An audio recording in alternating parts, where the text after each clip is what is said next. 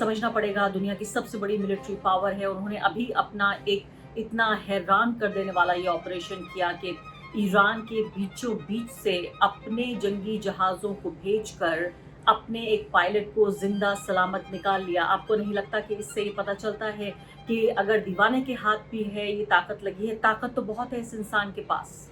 एक पायलट को बचाने के लिए कितना हज़ीना दिया है, कितना नुकसान उठाया है अमेरिका की फ़ोर्स ने, अमेरिका की एयर फ़ोर्स ने कि ऑफ़िशियल जो बयान है आईआरजीसी का वो ये कि 2 सी-130 जो एयरक्राफ्ट हैं और 2 जो हैं इनके हेलीकॉप्टर जो हैं इस ऑपरेशन में गिराए गए हैं। मुझे ये बात कहनी पड़ेगी कि देखिए ये जंग जब शुरू हुई थी तो स्ट्रेट ऑफ हुर्मुज़ खुला हुआ था। उसके बाद मामला इतना गिरता गया कि आज स्ट्रेट ऑफ हुर्मुज़ को खुलवाना जो है वो वॉर अचीवमेंट माना जाएगा ट्रम्प के लिए। इसी तरीके से एक ऐसा आसमान जिनके बारे में यूएस और अमेरिका का प्रेसिडेंट ये कह रहा था कि वो पूरी तरह से हमारे कब्जे में है, उस आसमान से एक पायलट गिरता है और उसको इतनी ज्यादा नुकसान के साथ बाहर अगर निकाल भी ले जाते हैं बफर्ज मुहाल की निकला है या नहीं निकला है वो कंफर्म नहीं है, फिर उसको एक विक्ट्री की तरह देखा जा रहा है। तो ये डाउनफॉल है जिसको मैंने पहले भी कहा है कि ये डाउनफॉल है अमेरिकन मिलिट्री सुप्रीमेसी का कि आप आए थे तख्ता पलट करने और आज आप खुश हो रहे हैं कि हमने अपने पायलट को बचा लिया है। तो देखिए कितना ज़्यादा नीचे गिरते चले जा रहे हैं अपने अहदाफ को लेके, अपने गोल्स को लेके। तो ये खुद बता रहा है कि फ्रस्ट्रेशन और इसी के बाद अगर वो ऑपरेशन सक्सेसफुल होता तो कभी भी इंसान जो खुश होता है वो बेहुदा बातें नहीं करता है। खुशी में इंसान अच्छी बातें करता है, अच्छे अल्फाज का इस्तेमाल करता है। जा रहा है कि ये जंग जितनी लंबी खिंचती है उतना नेतन्याहू को फायदा होगा। वो यही चाहते हैं कि ये लॉन्गेस्ट वॉर बन जाए। ऐसे में ईरान क्यों नहीं बातचीत कर लेता है और बातचीत के लिए मान लेते हैं जिस सीज फायर का जिक्र हो रहा है वो सीज फायर अगर हो जाती है कुछ हफ्ते की तो आपको भी अपने को तरोताजा करने में, जिंदा करने में, अपनी तैयारी करने में आसानी होगी। जी, देखिए अरफा जी ये जो डिस्ट्रक्शन की बात हो रही है, ये डिस्ट्रक्शन एक तो मैं यहाँ रह रहा हूँ, डिस्ट्रक्शन ऐसा नहीं है जितना वेस्टर्न मीडिया में दिखाया जा रहा है। जी, बिल्कुल पुल्स पे, स्कूल्स पे, हॉस्पिटल्स पे, यूनिवर्सिटीज़ पे टारगेट किया जा रहा है और ये वॉर क्राइम्स हो रहे हैं, ऐलान हो रहे हैं। यूएस का प्रेसिडेंट कह रहा है कि हम वॉर क्राइम कर रहे हैं, उसकी वीडियो लगाता है, खुश होता है और कहता है कि हम ये वॉर क्राइम्स करेंगे। लेकिन ये इतना ज़्यादा नुकसान जिसको कहा जा रहा है कि ईरान पूरी तरह से बर्बाद हो गया है, ऐसा बिल्कुल भी नहीं है। नमस्कार, इस खास कार्यक्रम में आपका स्वागत है। मैं हूं आरफा खानम शेरवानी। ईरान जंग सिर्फ और सिर्फ आगे बढ़ती जा रही है, उसकी इंटेंसिटी आगे बढ़ रही है और तीव्रता के साथ उम्मीद की जा रही थी कि पूरी दुनिया आएगी साथ और इस जंग को ख़त्म करेगी जिसमें सिर्फ और सिर्फ तबाही हो रही है। डोनाल्ड ट्रंप अब जिस तरह के बयान दे रहे हैं और गंभीरता से ये सोचा जा रहा है कि क्या उनका जो मेंटल बैलेंस है वो ठीक है या नहीं।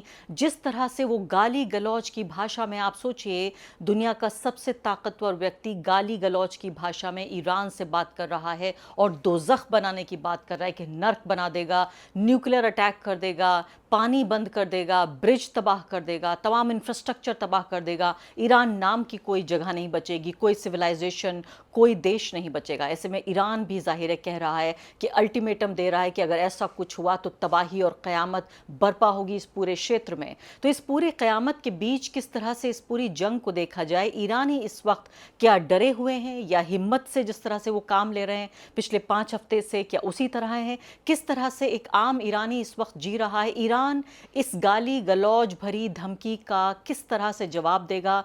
क्या है ईरान के ऑप्शन? से सब जानने के लिए आइए आपको लेकर चलते हैं हम सीधे ईरान। और इसी अहम मसले पर बातचीत करने के लिए मौलाना नज़र अब्बास हमारे साथ जुड़ गए हैं ईरान के कुम शहर से। मौलाना साहब बहुत बहुत शुक्रिया आपका बातचीत करने के लिए। सबसे पहले मुझे बताइए कि लगभग 5 हफ्ते इस जंग के गुजर रहे हैं, दोनों तरफ से धमकियां आ रही हैं।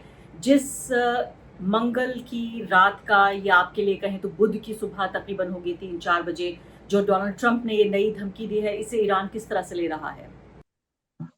जी, बिस्मिल्लाहिर्रहमानिर्रहीम। सबसे पहले आपको और आपके तमाम व्यूअर्स को आदाब अर्ज़ करते हैं। देखिए ये धमकियाँ तो अब ऐसा हो गया है कि रोज़ की बात होती है। रोज़ सूरज निकलता है और रोज़ जो है वो ट्रम्प की कोई नई धमकी आती है। तो यहाँ पे जो माहौल है मैं आपको अगर बताऊँ तो किसी भी तरह का कोई सीरियसनेस नहीं है ट्रम्प के बयान को लेके। कोई तवज्जो नहीं करता ट्रम्प क्या कह रहा है, क्या नहीं कह रहा है। तो इस बयान के बाद भी बस एक हैरत है, बल्कि ईरानियों की मैं बात नहीं कर रहा हूँ, शायद दुनिया को ये हैरत हो और होनी चाहिए कि जिस तरह की लैंग्वेज का इस्तेमाल इस बार ट्रम्प ने किया है, वो उसके कई सारे मसलन खुद इस पे बैठ के बात करने की ज़रूरत है कि इस लैंग्वेज का जो इस्तेमाल किया है, एक मुल्क के प्रेसिडेंट ने, वो मुल्क की जिसके पास दुनिया की सबसे ज़्यादा डिस्ट्रक्टिव पावर है, कहीं पे भी जाके वो जेनोसाइड कर सकते हैं, कहीं पे भी मैसेकर कर सकते हैं।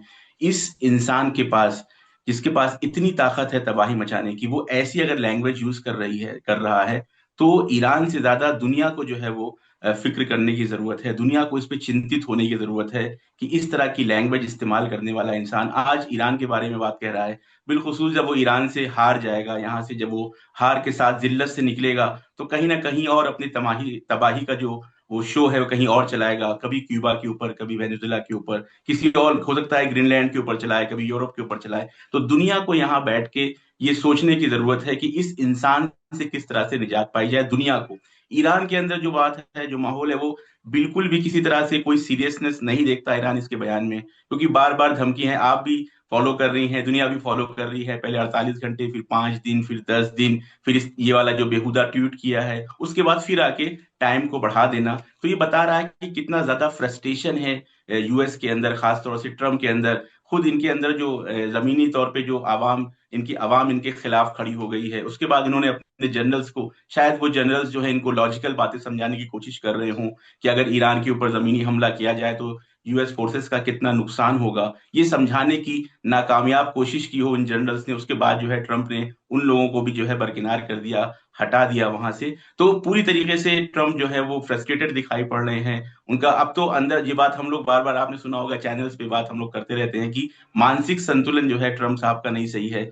और यही चीज अब अंदर से भी आवाजें उठने लगी हैं। आज मैं एक सेनेटर का बयान देख रहा था, उन्होंने यही कहा है कि कानूनी तौर से जो हक नहीं है कि वो यूएस के प्रेसिडेंट बने रहे, क्योंकि उनका मानसिक संतुलन नहीं सही है। वो एक पूरी तरह से पागल का वर्ड यूज किया है कि वो पागल हो चुके हैं, उनका जो जहनी तवाजुन है वो बिगड़ चुका है। एक ही ट्वीट के अंदर मुख्तलिफ तरह की कॉन्ट्रडिक्टरी बातें कर रहे हैं। तो इसीलिए दुनिया का जो फोकस होना चाहिए इस वक्त, वो ईरान की जंग से हटके खुद ट्रंप के इस बयान के ऊपर होना चाहिए कि क्या वजह है कि ट्रंप इतना ज्यादा बयान के अंदर कॉन्ट्रडिक्शन दिखाते हैं। लेकिन नजर अब्बास साहब, मैं दो चीजें आपसे जानना चाहती हूँ। आपकी बात दुरुस्त है और दुनिया हैरान भी है, खुद अमेरिकन भी हैरान है, मैं भी हैरान हूँ कि वाकई अमेरिका ने किस दीवाने को आखिर चुनकर दुनिया का सबसे ताकतवर इंसान बना दिया है। वो कह रहे हैं कि तबाह बर्बाद कर देंगे, ब्रिजेस तोड़ देंगे, पानी बंद कर देंगे, बिजली बंद कर देंगे, हुक्का पानी बंद कर देंगे। मतलब इस तरह की धमकियां, और खासकर जिस गाली गलौज का आप जिक्र कर रहे हैं, मैं उसको इस चैनल पे रखना भी नहीं चाहती हूँ और आपने भी नहीं रखा है। लेकिन यहाँ ये समझना पड़ेगा, दुनिया की सबसे बड़ी मिलिट्री पावर है और उन्होंने अभी अपना एक इतना हैरान कर देने वाला ये ऑपरेशन किया कि ईरान के बीचों बीच से अपने जंगी जहाज़ों को भेजकर अपने एक पायलट को जिंदा सलामत निकाल लिया। आपको नहीं लगता कि इससे ये पता चलता है कि अगर दीवाने के हाथ भी है ये ताकत लगी है, ताकत तो बहुत है इस इंसान के पास। जी, देखिए, ये जो ऑपरेशन की आपने बात की, ये भी इसमें भी जो है बात होनी चाहिए। ऑपरेशन को अगर हम देखें तो एक तो इसमें इबाहमात बहुत है, अभी बहुत ज्यादा क्लियर नहीं है पिक्चर क्या है। अगर मैं यहाँ पे जो बात है उसको समझने और समझाने की कोशिश करूँ को, एक पायलट जो है, इसको शुरू करते हैं इस बात से कि ट्रम्प ने पिछले 4 हफ्तों से कई बार इस बात को रिपीट किया है, तकरार किया है कि हमने ईरान को तबाह व बर्बाद कर दिया है। ईरान की army, air force, navy, air defence में, मिसाइल कैपेबिलिटी, न्यूक्लियर पावर, सब कुछ खत्म हो गई है। तो ट्रम्प के जहन में एक ऐसे मुल्क का तस्वुर है कि जिसकी सारी पावर खत्म हो गई है। उसके बाद से, इस बयान के बाद से, F-35, F-15, F-16 और मुख्तलिफ तरह के प्लेन्स, हेलीकॉप्टर्स गिरने लगते हैं। और उसी के जेल में, उसी में ये होता है कि 2 पायलट यहाँ पे गिरते हैं, जिनको, इनमें से एक के रेस्क्यू ऑपरेशन की बात कही जाती है। अब आप ये तस्वुर करें कि एक पायलट की, जिस एक ऐसी हवा में उड़ रहा है जिसके बारे में ट्रम्प का ख्याल ये है कि वो पूरी तरीके से हमारे कंट्रोल में है, वहां से एक जो फाइटर जेट है उसको गिराया जाता है, पायलट जमीन पे उतरता है। एक बहुत बड़े एरिया में सर्च ऑपरेशन ईरान कर रहा था।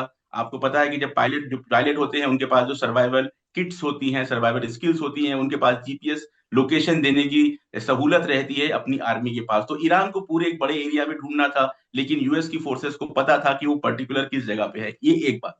दूसरी बात, एक पायलट को बचाने के लिए कितना हजीना दिया है, कितना नुकसान उठाया है अमेरिका की फोर्स ने, अमेरिका की एयरफोर्स ने, कि ऑफिशियल जो बयान है आईआरजीसी का वो ये कि 2 C-130 जो एयरक्राफ्ट है और 2 जो है इनके हेलीकॉप्टर जो हैं इस ऑपरेशन में गिराए गए हैं। अनऑफिशियल, क्योंकि पूरी तरह से क्लियर पिक्चर अभी किसी को नहीं पता है, अनऑफिशियल जो मैंने यहाँ पे एक्सपर्ट्स की राय सुनी है, 10 से 12 की तादाद आ रही है। 10 से 12 एयरक्राफ्ट, हेलीकॉप्टर और जेट्स और प्लेन्स मिला के गिराए गए हैं इस पूरे ऑपरेशन में। तो अगर एक पायलट को बचा लेने के लिए, कि वो भी अभी क्लियर नहीं है कि वो जिंदा यहां से गया है कि नहीं गया है। क्योंकि देखिए, ट्रम्प के बात को तो कोई नहीं मानता, वो क्या कह रहा है उसको तो बेस नहीं बना सकते जब तक कोई मोतबर जराये से मालूम न चले कि वो यहाँ से निकला भी है, जिंदा निकला है, या यहाँ से उसकी लाश गई है। एक पायलट को बचाने के लिए अगर इतना ज्यादा नुकसान उठाना पड़ा है यूएस की एयरफोर्स को, तो ये ट्रेलर हो सकता है, हम कह सकते हैं आने वाले दिनों में, कि जो इन्होंने प्लान किया हुआ है किसी हिमाकत का, कि जमीनी हम इन्वेजन करेंगे, ऑन द ग्राउंड हम ट्रूप्स को उतारेंगे, तो आप तसव्वुर कर सकते हैं कि कितना बड़ा नुकसान हो सकता है। इसके अलावा यहाँ पे जो एक्सपर्ट्स हैं ईरान के अंदर, उनका ये भी कहना है कि जहां पे वो पायलट गिरा था और जहां पे इनके प्लेन्स तबाह हुए हैं, तकरीबन 150-200 किलोमीटर का डिफरेंस है। तो ये भी यहाँ पे बात हो रही है, और अभी क्लियर नहीं है पूरी तरह से क्या सिर्फ पायलट को रेस्क्यू करने की बात थी, या किसी और दूसरे ऑपरेशन के लिए भी ये पूरा जो है प्रोसेस किया गया था। अभी इसको लेके क्लियर पिक्चर नहीं है, लेकिन एक सवाल इसमें बहुत बड़ा है कि एक्सपर्ट्स की जहां मैं बात सुन रहा था, कि जिस जगह पे वो पायलट गिरा था, जहां पे उसको वो अशायर और खाना बदोश लोग ढूंढ रहे थे, वहां से लेके जहां पे कल तबाही हुई है, जहां से आपने वीडियोस और फोटोज देखे होंगे कि अमेरिकन एयरक्राफ्ट और अमेरिकन हेलीकॉप्टर गिरे हैं, वो तकरीबन 150 से 200 किलोमीटर का फासला है। कि अब पायलट वहां से यहां तक आ सकता है, या इस्फहान के आसपास यूएस आर्मी, यूएस एयरफोर्स कोई और ऑपरेशन करने आई थी जिसमें वो पूरी तरह से नाकाम हुई है। ये बात अभी पूरी तरह से क्लियर नहीं है, वाजे नहीं है। अमेरिका इसको अपनी विक्ट्री दिखा रहा है, तो यहाँ फिर मुझे ये बात कहनी पड़ेगी कि देखिए, ये जंग जब शुरू हुई थी तो स्ट्रेट ऑफ हुर्मुज खुला हुआ था।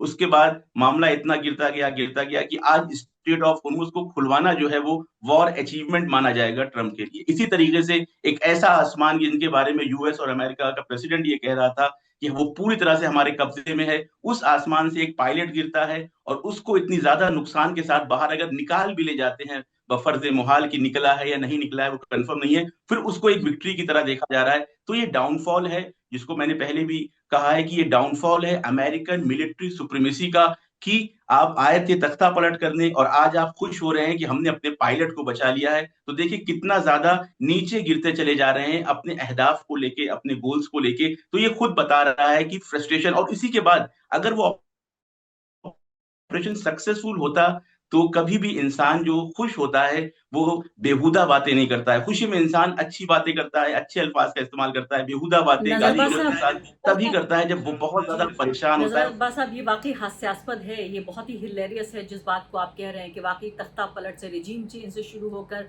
खुशी इस बात पे मनाई जा रही है कि पायलट को बचा लिया। हालांकि देखिए पूरी दुनिया में वाहवाही हो रही है। यही अमेरिकन मीडिया का कमाल है, यही अमेरिकन मीडिया का चमत्कार है कि यहाँ से भूल गए कि गोल पोस्ट किस तरह से चेंज हुआ।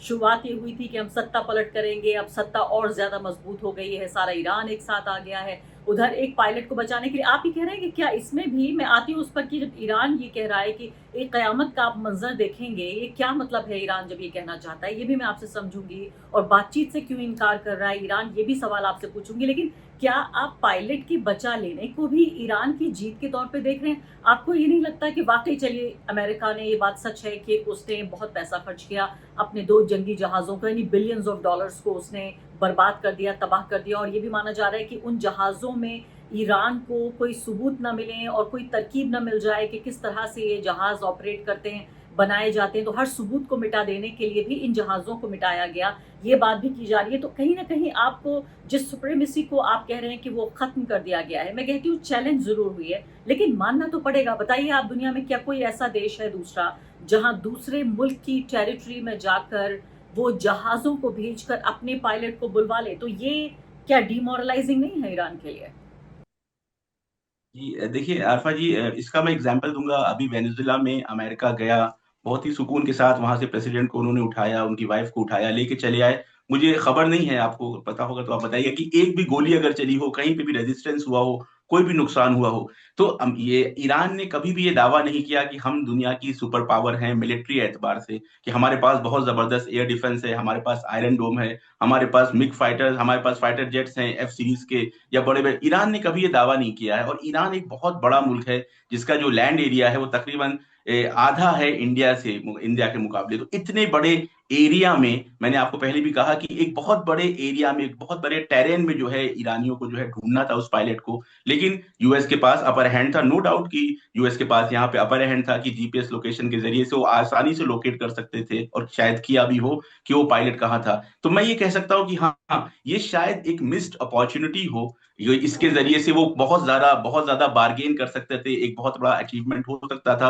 कि जो नहीं हुआ। लेकिन इसमें ईरान के डिमोटिवेट होने की बात तो बिल्कुल भी नहीं है, क्योंकि उन्होंने अगर पायलट को नहीं भी पकड़ पाए, नहीं पकड़ पाए, अभी तक की तो रिपोर्ट नहीं है ऐसी कि पकड़ा है उन्होंने, तो उसके मुकाबले में जो उन्होंने नुकसान पहुंचाया, ये उनके मोटिवेशन के लिए, ये उनके मनोबल के लिए बहुत ज्यादा है कि हम इतनी बड़ी सुपर पावर की इतनी मशीन्स को गिरा सकते हैं। और ये इसीलिए इसके देखिए इसका नतीजा जो होगा, इसका जो कैलकुलेशन करेंगे मिलिट्री एक्सपर्ट अमेरिका के, जो उनके जनरल्स और कमांडर्स हैं, ये एक समझ सकते हैं ट्रेलर था कि अगर हम जमीनी इन्वेजन करते हैं तो हमें कितना नुकसान होने वाला है। क्योंकि ये एक 300-400 किलोमीटर एरिया के अंदर एक पायलट को ढूंढना था। लेकिन ये जहां से इन्वेजन की बात कर रहे हैं, खर्क आइलैंड की और अबू मूसा की बात कर रहे हैं, या ईरान के कोस्टल लाइन की, वो बिल्कुल क्लियर है ईरान के लिए। ईरान की वहां आमादगी है, ईरान पूरी तरह से वहां फोर्सेस मुस्तैद है। आप देखें पायलट वाले जो पूरा ऑपरेशन है, इसमें जो लोकल पुलिस है, जो लोकल खाना बदोश लोग हैं, उन्होंने बहुत ज्यादा रोल प्ले किया है। बाद में सिपा ने, यहाँ पे आईआरजीसी ने आके बाकायदा उनका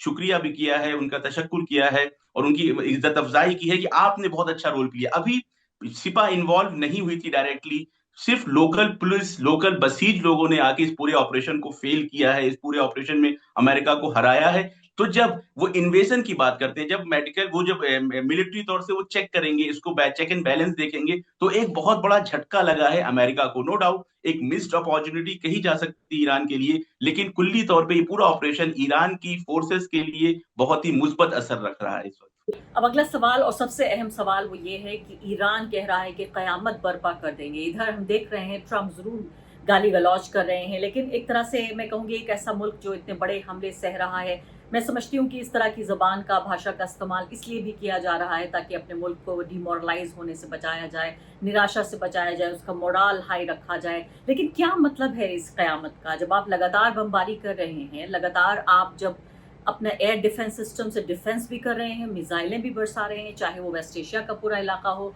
जिसमें इजराइल भी शामिल है, तो उसमें अब क्या कयामत बर्पा होगी? इसके अलावा और क्या हो सकता है? और आगे बढ़ने से पहले एक अदना सी गुजारिश कि आप मेंबर बनिए मेरे चैनल का आरफा खानम शेरवानी।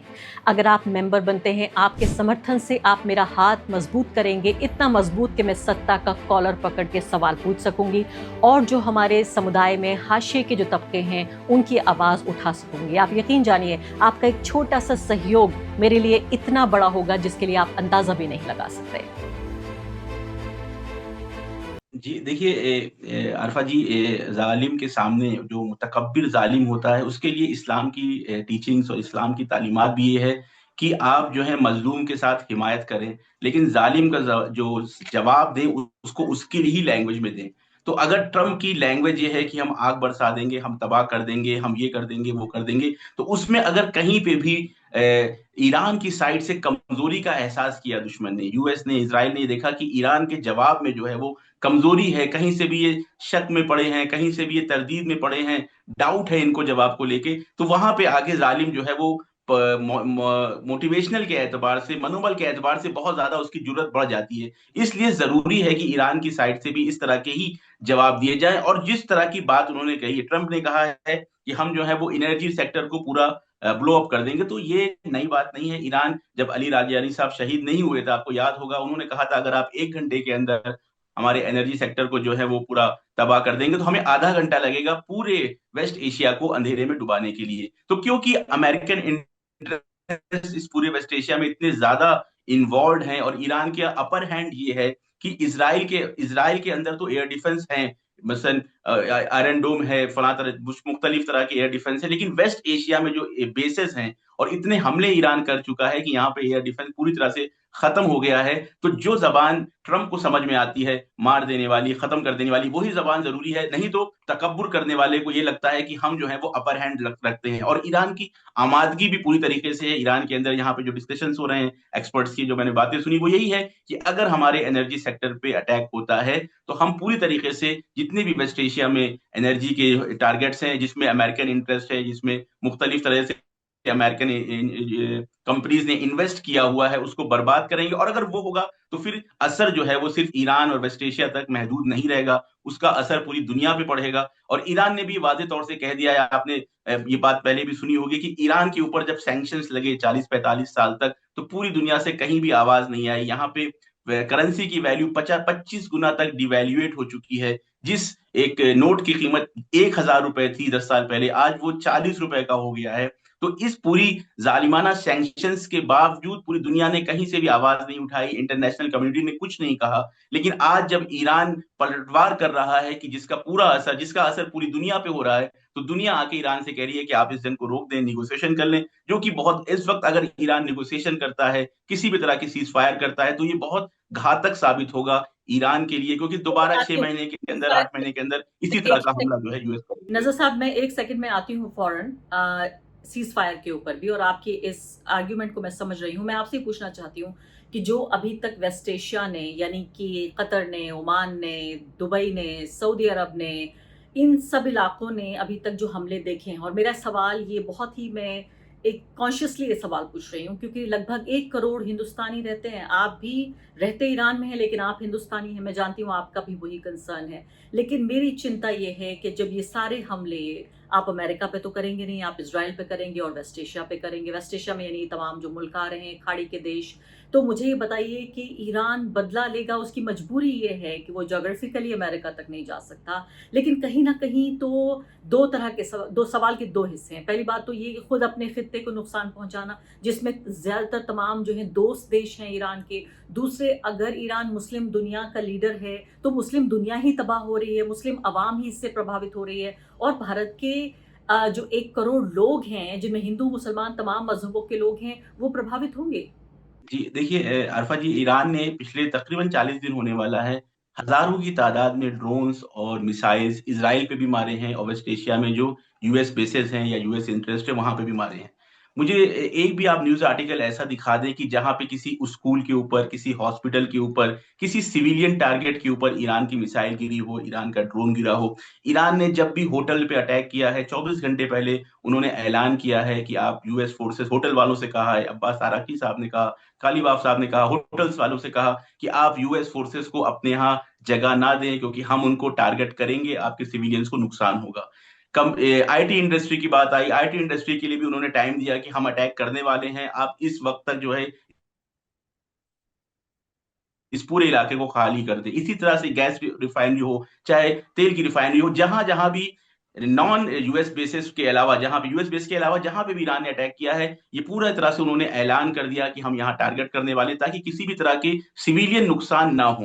देखिए जिस तरह से मीडिया का भी आपने खुद बताया, मीडिया का जो वो रहता है कि दिन को रात और रात को दिन कर देते, अगर एक भी मासूम की जिंदगी ईरान की मिसाइल से चली गई होती, तो आज वेस्टर्न मीडिया बहुत ज्यादा इसको हाईलाइट करके दिखा रहा होता कि इतने ज्यादा हिंदुस्तानी मारे गए, इतने ज्यादा पाकिस्तानी मारे गए, इतने ज्यादा दुबई या कतर के सिविलियन मारे गए। कोई भी ऐसी रिपोर्ट नहीं है, क्योंकि ईरान अपनी इस्लामिक आइडियोलॉजी के एतबार से पूरी तरह से कॉशियस है कि किसी भी मासूम की जान ना जाए, किसी भी मासूम को नुकसान ना हो। जितने भी आपने अब तक केसेस सुने भी हैं, वो इंटरसेप्ट करते वक्त जो है, जब यूएई इंटरसेप्ट करता है मिसाइल को, डिबरी गिरती है कहीं पे, उससे नुकसान होता है सिविलियन प्रॉपर्टी का।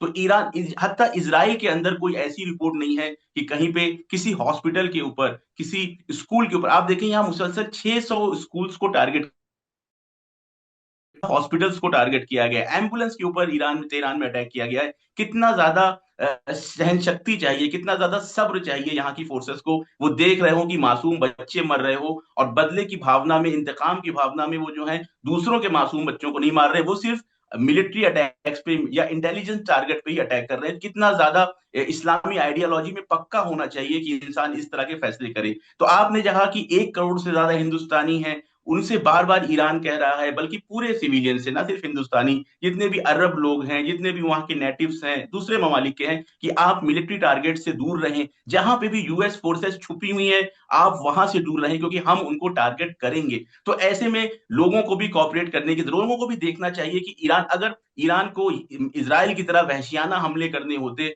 तो ईरान के पास बहुत ऑप्शंस थे। ईरान के पास ये जो वेस्ट एशिया के ममालिक हैं, इतने ज्यादा ये कवर्ड नहीं है, सिर्फ इनके बेसेस जो है वो कवर्ड है एयर डिफेंस से। बाकी कहीं पे भी ईरान ने इस तरह के हमले नहीं किए हैं और आगे भी नहीं करेगा। ईरान जब कहता है कि हम आग लगा देंगे या हम तूफान तबाही ले आएंगे, तो उसकी मुराद ये है कि हम जो अमेरिकन इंटरेस्ट है उस पे अटैक करेंगे, क्योंकि ये अमेरिकन इंटरेस्ट इसी तरह से हैं जैसे अमेरिका के ऊपर अटैक हो रहा हो, बिल्कुल। इसराइल के ऊपर अटैक हो रहा हो, यहाँ किसी आखिरी भी। सवाल और पूछे। जो तबाही की भी बात आप कर, अगर आप यूएस बेसेस की जो, ये बस बस एक एक छोटी सी 30 मिनट सेकंड की बात, यूएस बेसिस की जो तस्वीरें आई हैं आप देखिए, हत्ता कि ईरान ने यूएस बेसिस को भी पूरी तरह से नेस्तो नाबूद नहीं किया है, बल्कि जो कंट्रोल पावर है, कंट्रोल सेक्शन से उनको तबाह किया है, क्योंकि ईरान की आइडियोलॉजी इस्लामी आइडियोलॉजी है, तबाही और बर्बादी की, ट्रंप वाली आइडियोलॉजी नहीं है। जो जिसको नेतन्याहू ने कहा कि चंगेज खान की आइडियोलॉजी है, मेरी वो वाली आइडियोलॉजी ईरान की नहीं। ईरान चाहता है इतना मारा जाए, इतना नुकसान पहुंचाया जाए कि दुश्मन जो है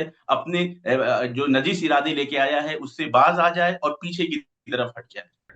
मैं आपकी इन जज़्बात की कदर करती हूँ और मैं समझती हूँ कि ईरान किस तरह से सोच रहा है और उसके पास शायद कोई ऑप्शन ही नहीं है। अगर अगर कोई हमला कर रहा है तो डिफेंस तो ज़ाहिर है करना पड़ेगा, लेकिन इस दौरान, इस पूरे प्रोसेस में हम देख रहे हैं कि ईरान का जो इंफ्रास्ट्रक्चर है वो इस तरह से तबाह हो रहा है। 200 साल पुरानी यूनिवर्सिटीज़ को तबाह किया जा रहा है, सबसे बड़े ब्रिजेस को तोड़ा जा रहा है। मुझे लगता है कि 1 2 4 नहीं, 10 20 50 साल लग जाएंगे आपको रीबिल्ड करने में। और एक ऐसा कंट्री जो पूरे तरीके से पूरी दुनिया की जो ग्लोबल इकोनॉमी है उससे कटा हुआ है, उसके ऊपर सैंक्शंस हैं, और अगर हम रूस और चीन की भी मदद का भी हम उसको भी इनकॉर्पोरेट कर लें, तो तब भी देखिए आप, अगर अमेरिका की ये जंग खत्म भी हो जाती है तो चीन के एक तरह से मैं कहूंगी रहमो करम पे रहना होगा, या रूस से भी दोस्ती जरूर है, लेकिन ये बड़े मुल्क हैं। इसके लिए मेरे ख्याल से एक और बहस करनी होगी कि जंग जब खत्म होगी तो ईरान का जो इक्वेशन है वो क्या होगा। मैं जो आपसे सवाल पूछ रही हूँ, और आखिरी सवाल बिल्कुल, कि ये माना जा रहा है कि ये जंग जितनी लंबी खिंचती है उतना नेतन्याहू को फायदा होगा। वो यही चाहते हैं कि ये लॉन्गेस्ट वॉर बन जाए। ऐसे में ईरान क्यों नहीं बातचीत कर लेता है, और बातचीत के लिए मान लेते हैं जिस सीज फायर का जिक्र हो रहा है, वो सीज फायर अगर हो जाती है कुछ हफ्ते की, तो आपको भी अपने को तरोताजा करने में, जिंदा करने में, अपनी तैयारी करने में आसानी होगी। जी, देखिए अरफा जी, जो जो डिस्ट्रक्शन की बात हो रही है, ये डिस्ट्रक्शन एक तो मैं यहाँ रह रहा हूँ, डिस्ट्रक्शन ऐसा नहीं है जितना वेस्टर्न मीडिया में दिखाया जा रहा है। जी बिल्कुल, पुल्स पे, स्कूल्स पे, हॉस्पिटल्स पे, यूनिवर्सिटीज पे टारगेट किया जा रहा है और ये वॉर क्राइम्स हो रहे हैं, ऐलान हो रहे हैं। यूएस का प्रेसिडेंट कह रहा है कि हम वॉर क्राइम कर रहे हैं, उसकी वीडियो लगाता है, खुश होता है और कहता है कि हम ये वॉर क्राइम्स करेंगे। लेकिन ये इतना ज्यादा नुकसान जिसको कहा जा रहा है कि ईरान पूरी तरह से बर्बाद हो गया है, ऐसा बिल्कुल भी नहीं है।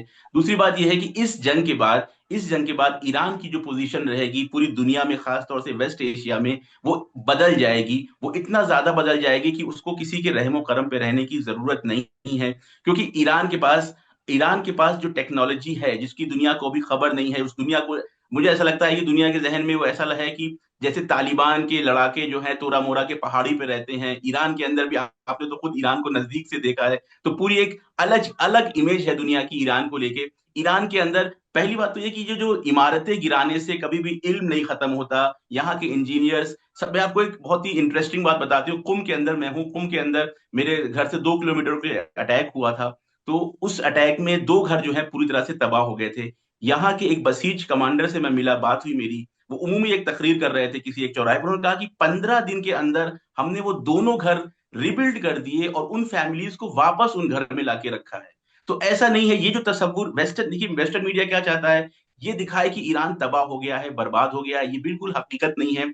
ईरान के अंदर नुकसान हो रहा है, बिल्डिंग्स का नुकसान हो रहा है, पुल्स पे अटैक हो रहे हैं, लेकिन ये रिबिल्ड करना कोई बहुत बड़ी चीज नहीं है, खास तौर से ईरान जैसे मुल्क में जहां पे इंजीनियर्स और बड़े बड़े जहां स्ट्रक्चर्स आराम से बहुत तेजी से बनाए जा सकते हैं। एक बात, दूसरी बात, ये जंग जितनी लंबी चलेगी उतना ज्यादा ईरान का नुकसान नहीं है, उतना ज्यादा इजराइल का और यूएस का नुकसान है। क्योंकि इसकी सबसे बड़ी जो दलील है वो ये कि आप देखें नेगोशिएशंस की, सीज फायर की गुहार कहां से लग रही है।